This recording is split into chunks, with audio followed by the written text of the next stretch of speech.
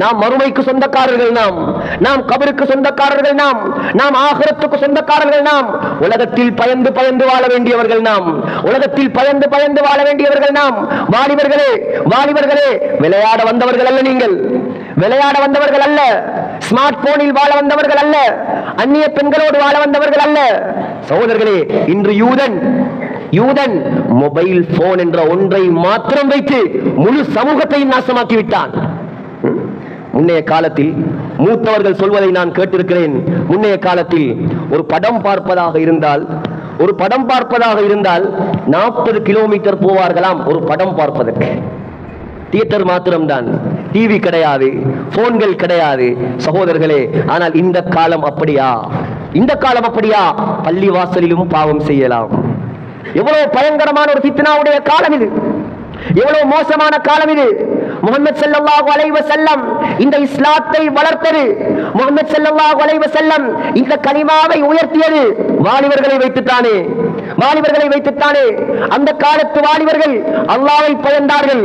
அந்த காலத்து வாலிபர்கள் மறுமை நாளை பயந்தார்கள்.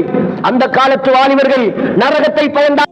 சகோதரர்களே, திடீரென்று அழிவு வந்துவிட்டால், திடீரென்று மௌத் வந்துவிட்டால் நம்மால் என்ன செய்ய முடியும்? சிந்தித்து பாருங்கள். நம்முடைய குடும்பத்தில் எத்தனை பேர் அல்லாஹ்வுக்கு மாற்றம் செய்கிறார்கள் நீங்கள் கண்டதில்லை. ஆனால் கிழக்கு மாகாணம், தென் மாகாணம், வட மாகாணத்தில் இருப்பவர்கள் சந்தித்த மிகப்பெரிய அழிவுதான் சுனாமி.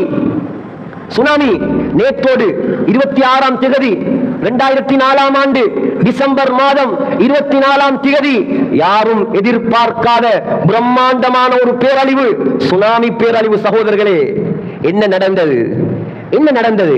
யார் நினைத்தார் நாங்கள் மௌத்தாகுவோம் என்று? யார் நினைத்தார் கடல் வரும் என்று? கடல் வருகிறது என்றால் யாராவது நம்புவானா? கடல் அல்லாஹ்வுடைய படை, வானம் அல்லாஹ்வுடைய படை, மலை அல்லாஹ்வுடைய படை, பூமி அல்லாஹ்வுடைய படை. அல்லாஹ் ஒரு ஆர்டர் போட்டு விட்டால் சகோதரர்களே நம்மை விழுங்கி விடும். அது அல்லாஹ் ஒரு ஆர்டர் போட்டு விட்டால் நம்மை அழித்து விடும். அது சுனாமியில் மரணித்த நல்லவர்கள் சுகதாக்களாக மாறினார்கள்.